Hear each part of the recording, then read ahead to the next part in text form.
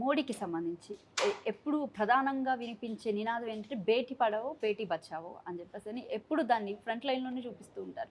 మీరు ఒకసారి చెప్పండి, ఇండియాలో నిజంగానే అసలు ఆడపిల్లలు అంతవరకు ఉందా అంటారా? ఖచ్చితంగా ఉందమ్మా. లేకపోతే నువ్వక్కడ నేనిక్కడ ఎలా కూర్చుంటాం? చెప్పండి. స్వేచ్ఛ అందరూ కోల్పోలేదు. స్వేచ్ఛ అందరికీ లేదు. Note this point. అది ఒక స్లోగన్. అదే అమ్మ ఒక్క విషయం, ఆ స్లోగన్ని మనం పట్టుకుంటున్నాం. విమర్శించాలి అనుకున్నప్పుడు ఆ స్లోగన్ని విమర్శించకు.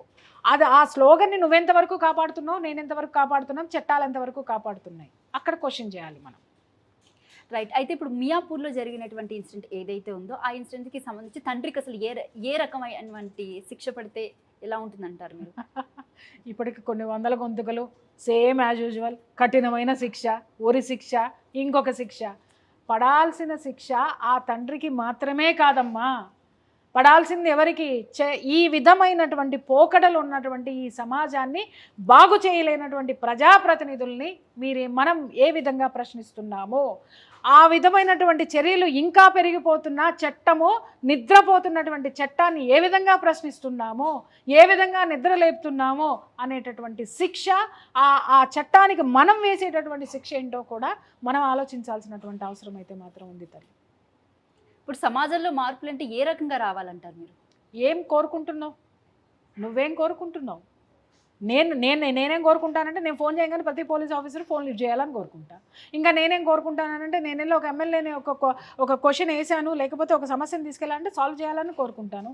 నేనేం కోరుకుంటున్నాను అని అంటే, నా పిల్లకి లక్షల రూపాయల డొనేషన్లు ఫీజులు కట్టేటటువంటి స్కూల్స్ కాదు, చక్కగా గవర్నమెంట్ మంచి స్కూల్స్ని తీసుకొని వస్తే, గవర్నమెంట్ విద్య సరైనటువంటి విద్యను అందిస్తే ఆర్థికంగా మన దేశము, ఆర్థికంగా కుటుంబాలు బాగుపడతాయి కదా అని నేను ఆలోచిస్తాను. ఇలాంటి మార్పుని నేను కోరుకుంటా. మరి నువ్వేం కోరుకుంటున్నావు అనేది నువ్వు చెప్పాలి. అంటే ఇలాంటి వాళ్ళకి అసలు ఏ రకమైన సమాజంలో మార్పు తీసుకొస్తే వీళ్ళు మారుతారని అనుకుంటున్నారు? చట్టం అమ్మా, చట్టాలు ఎప్పుడైతే అవి కఠినంగా ఉంటాయో, చట్టాలను ఎప్పుడైతే ప్రతినిధులు, దానికి సంబంధించినటువంటి అధికారులు కఠినంగా అమలు చేస్తారో, ఉక్కుపాదం మోపుతారో ఇలాంటి వాటి మీద, ఆ రోజునే ఈ నేరాలు కంట్రోల్లో ఉంటాయి. కేవలం చట్టాలదే కాదు, ఆ చట్టంలో కొన్ని ఉన్నాయి.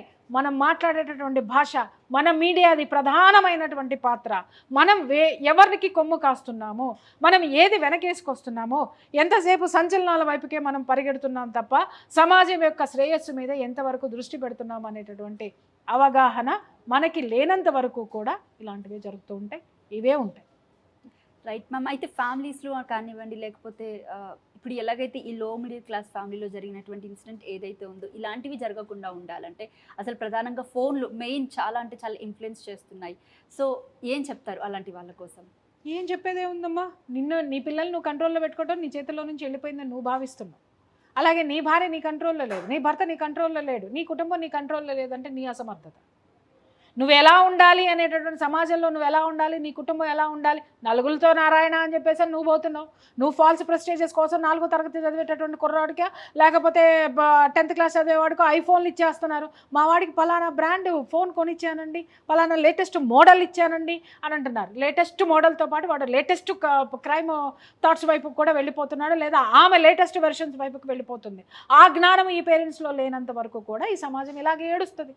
నువ్వు అన్నీ దొరుకుతాయి మార్కెట్లో, అన్నీ దొరుకుతాయి, అన్నీ కొనేస్తావా నువ్వు? అన్నీ తినగలవా నువ్వు? తింటే ఏమవుతుంది? అజీర్ణం అవుతుంది. నీకు ఏది కావాలో ఎంత జాగ్రత్తగా నువ్వు ఇంటికి కూరగాయలు కొనుక్కొని తెస్తున్నావో, అలాగే సమాజంలో నీకు ఏది పడితే అది రకరకాల నిన్ను ఊరిస్తున్నాయి, రకరకాల నిన్ను అట్రాక్ట్ చేస్తున్నాయి. అంటే నీ ఆరోగ్యానికి ఎంతవరకు అదేంటి కరెక్టో, ఎంతవరకు అవసరమో అంతవరకే నువ్వు ఆహారం ఎలా తీసుకుంటున్నావో, అంత ఆరోగ్యకరమైనటువంటి ఆహారాన్ని ఎలా తీసుకుంటున్నావో, నీ చేతిలోకి వచ్చేటటువంటి ఆ వస్తువులు కానీ, నీ ఇంట్లో ఉండేటటువంటి వస్తువులు కానీ, నీ చుట్టూ ఉన్నటువంటి వాతావరణాన్ని కానీ అంతే ఆరోగ్యంగా పెట్టుకొని, అంతే కంట్రోల్లో పెట్టుకోవాల్సినటువంటి బాధ్యత కూడా సగటు పౌరుడికి, సగటు కుటుంబానికి కూడా ఉంది.